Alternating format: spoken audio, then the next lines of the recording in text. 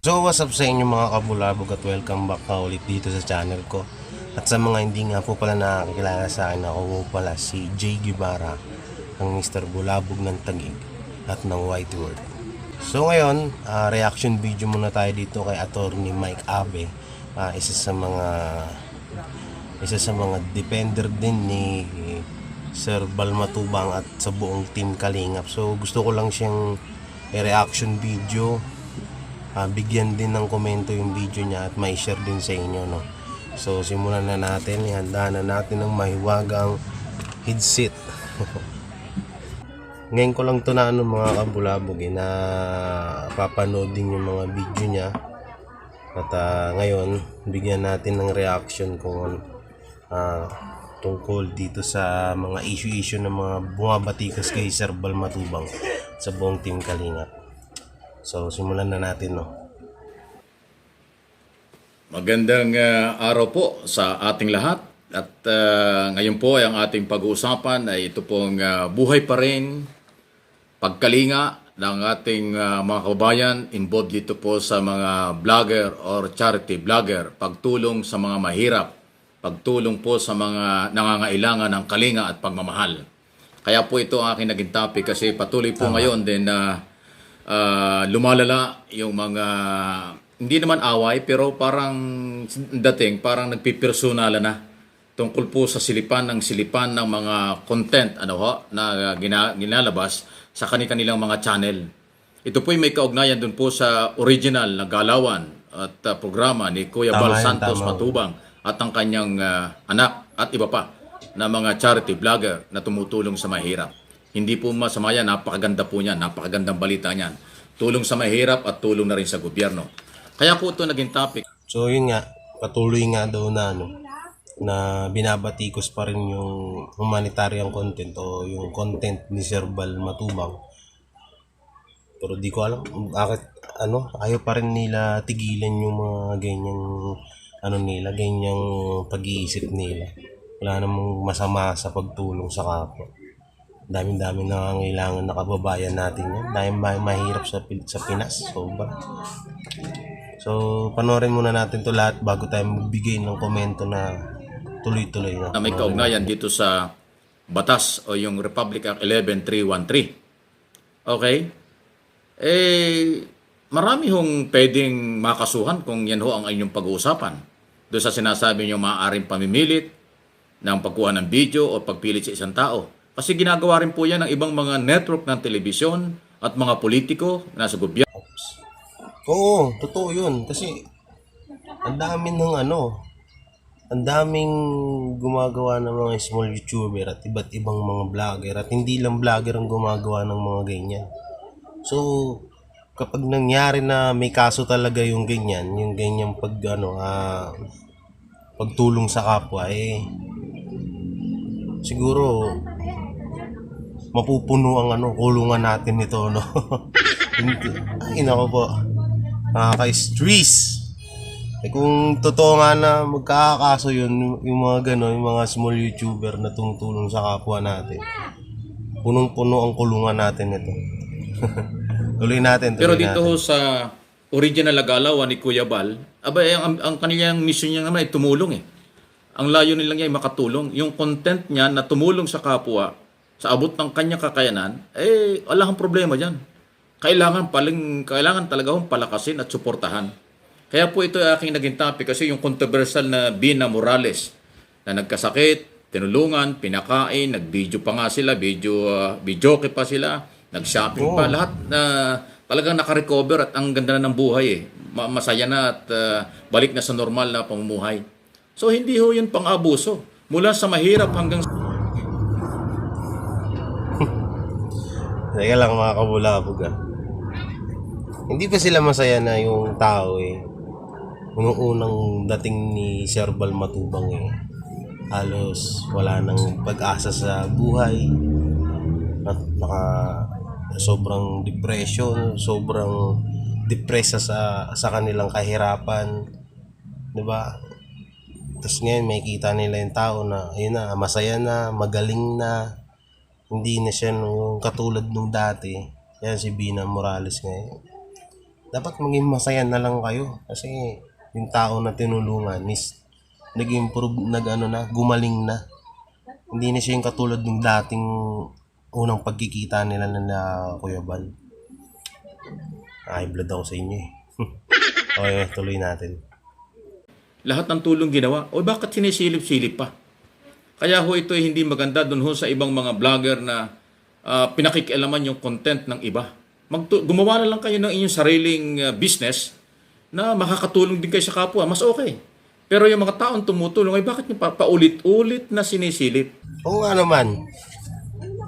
Gumawa kayo ng sarili nyong content. Gumawa kayo. Ang daming pwedeng gawin na content dyan, promise. Hindi yung gagawin yung content, babatikusin nyo yung tao na wala namang ginagawang masama.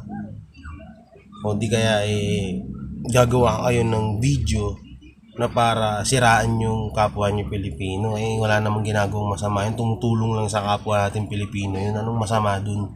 Minsan bumili kayo ng steel brush. Tapos pakilinis yung kalawang sa mga kokote nyo, no? sorry mga kabulabog. Medyo hard yung sinabi ko na yun, pero naiinis na rin kasi ako. Hindi na kasi tama yung ginagawa nila. So tuloy natin to bago kung masira tong bahay na to. Ay, yung cellphone na to. Ay, blood. Okay, game. Kung ang content nila ay tumulong sa kapwa sa kailang sariling pagsisikap, papurihan pa natin yon.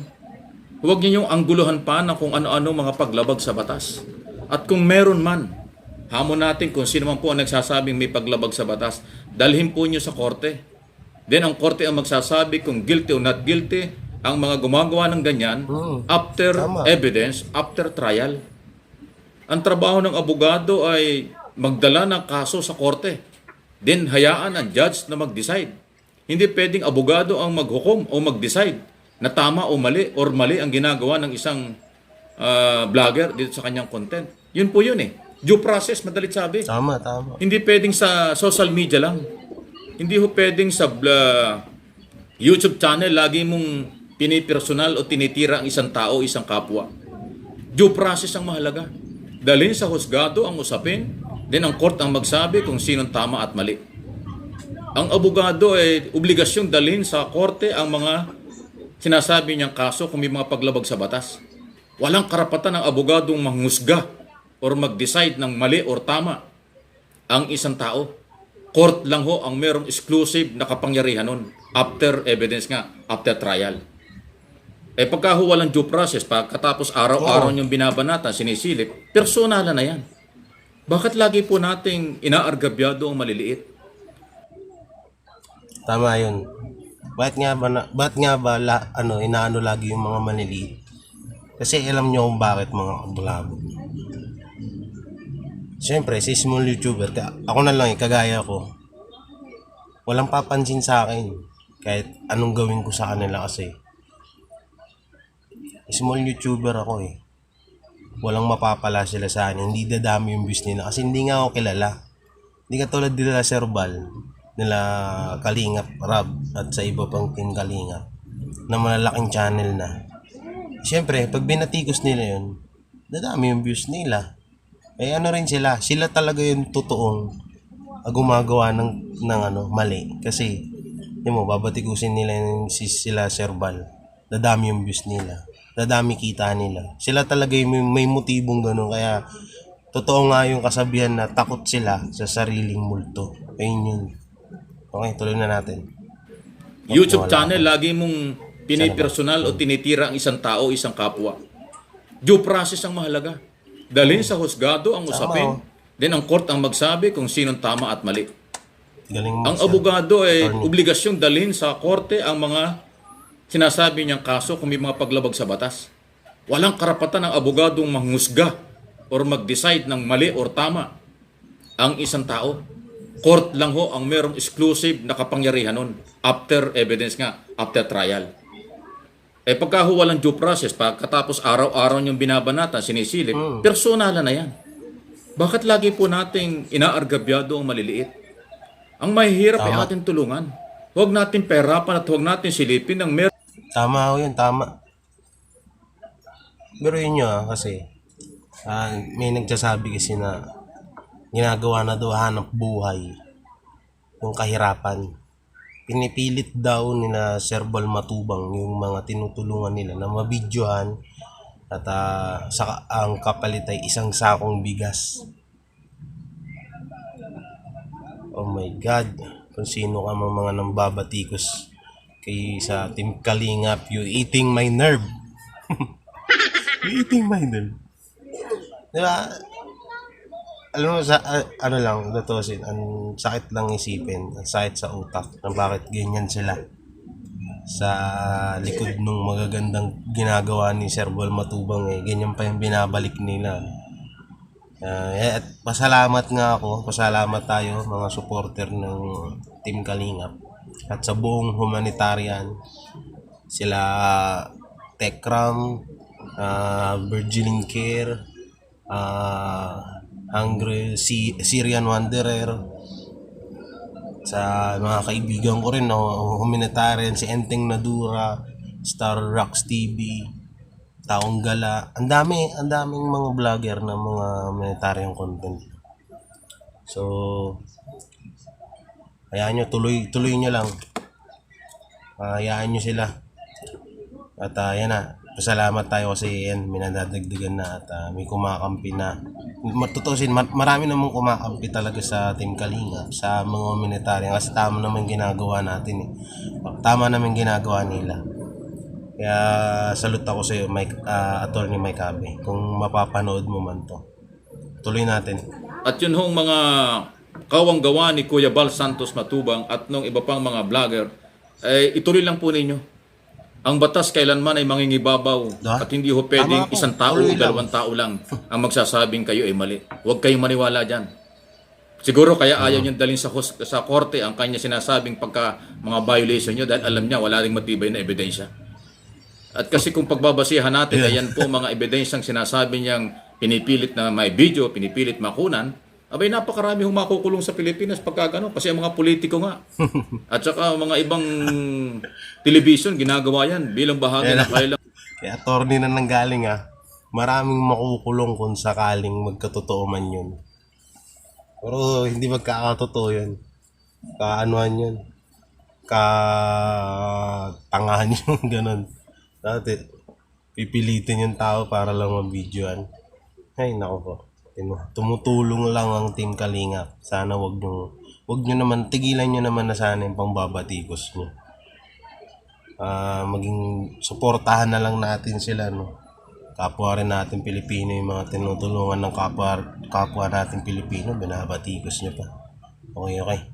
Game. Public service O bakit wala na nag-file ng kaso? At saka, ang ganyan pong kaso na sinasabing may paglabag sa batas, kung walang complainant, wala rin. Hindi naman pwedeng, halimbawa, isang abogado siya ang complainant. Hindi pwede.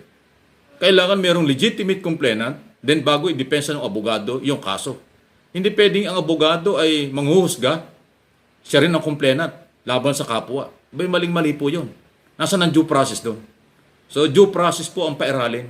Tama. Okay? Hindi ang pagmamalabis o pang-aabuso ng kaalaman sa batas o kaalaman sa kung ano man nangyayari sa lipunan para husgahan ang isang tao.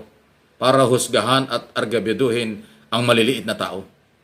Ang maliit na tao ay kailangan tulungan. Ang nagkakawang gawa para sa maliliit ay dapat ipagmalaki bilang tao, bilang Pilipino. Tama. Hindi dapat hinuhusgahan at hindi dapat... Ito yun. Kung sino yung mga tumutunod, pinagmamalaki yun Napaka-proud ko sa mga kababayan natin ng mga humanitarian content na yung mga vlogger kasi 'di ba nakaka-proud na nagtutulong-tulong sila para lang makatulong din sa kapwa natin Pilipino, sa mga may hirap na kababayan natin, 'di ba? Ang sarap sa pakiramdam na ganun, nakaka-proud. Ayun, dapat maging proud kayo, hindi yung batikusin nyo, balian ko kayo Una-una, ang YouTube, hindi naman nagreklamo. Kung tutuusin, kung may mga paglabag sa batas, ang YouTube po ang magiging complainant yan Dahil sila pwedeng madamay kung sakaling may mga kadimandahan. Wala namang reklamo ang YouTube Hindi man sila nagsabing, oy, Mr. Bal Santos Matubang, mali ang ginagawa mo. Wala naman nung sinabing gano'n eh. Kala ko ano. Tinatanggap nila Mr. yung Bulabog. video at saka content ni Joke lang. Kuya Bal Santos. So, ibig sabihin, walang problema. Kaya yung mga mapanghusga, mapang-api, at one-sided na mga opinion at interpretation ay hindi ho nakakabuti yan sa isang demokrasyang bansa.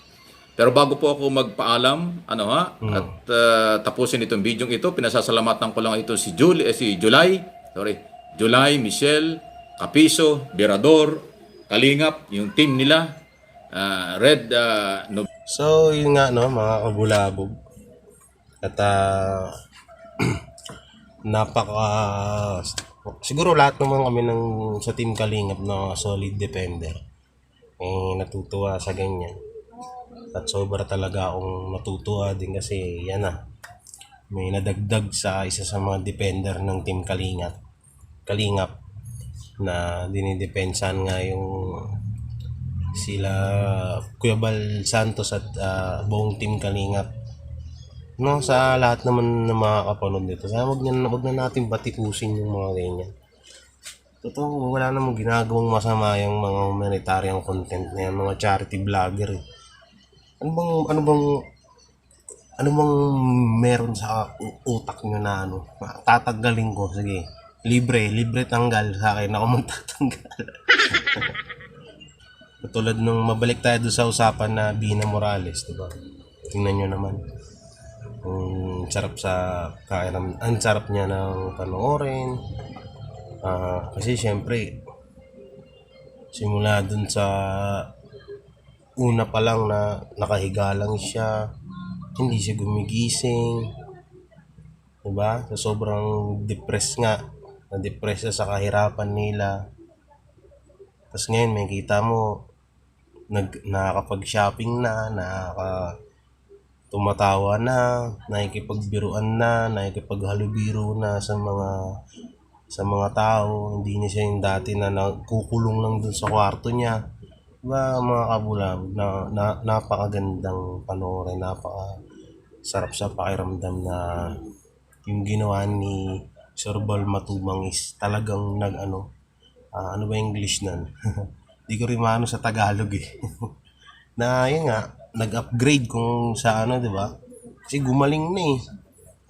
Tutusin wala, para sa akin ang hirap ng ganun na mapagaling mo isang tao na galing sa depression. Tsambahan lang yun. Kita mo, pero tignan mo ngayon. No? Tapos isa pa, ang ganda pala kumanta ni Bina. Ang galing kumanta ni Bina, grabe. Yung ngiti niya, alam mo yung ngiti niya, no? Malayong malayo sa unang panood natin sa kanya. So, yun nga, ang mensahe ko lang sa mga kapwa ko vlogger at sa mga kapwa ko rin humanitarian, sa mga solid defender, tuloy lang natin to. Walang hihinto sa pagtulong natin kasi wala namang masama sa ginagawa natin. No? At sa mga kay Sir Bal, tuloy nyo lang sir, hayaan nyo sila, nasa likod nyo po kami, ng mga defender nyo. Hindi kami mawawala sa inyo, pangako yan. Dito lang po lagi kami nakadepensa para sa inyo. Sa buong Team Kalingap, ka-helper, ka-peso, ka-agapay, Team Kagawad, yan. At yun nga, maraming salamat. At sa buong supporter nga pala ng Team Kalingap na sumusuporta na rin ngayon sa akin, maraming salamat po sa inyo. At pinagbigyan nyo rin ako ng para din mai-share ko rin sa inyo yung mga video ko. Thank you talaga. At suportahan nyo rin po sana yung mga kasamahan ko rito na Team Biyaya, sila Sir Build to Last Vlog, Team Bulabog, ako si Mang Doming, Don Ramon TV, Aaron Goku, Mau Kalikot, Rose DDR TV, Yang Bunahos, marami yan sila dyan. Magko-comment sila dyan sa baba, makikita nyo naman. Sana suportahan nyo rin sila kasi yan din lang din yung motibo nila. Tumulong lang din sa kapwa at magpasaya ng tao. Yun lang. Maraming salamat mga kabulabog at huwag kalimutan na mag-like, share, and comment dito sa aking YouTube channel at pakipindot na lang din yung bell button para lagi kayo update sa video. Maraming salamat po at abangan nyo pa ang iba kong reaction video tungkol sa Team Kalingap at sa iba pang mga video. Tama ba? Bubulol ako. Ay, higit po sa lahat, may sasabihin po pala ako na napaka-importante yun. Napakagwapo ko po.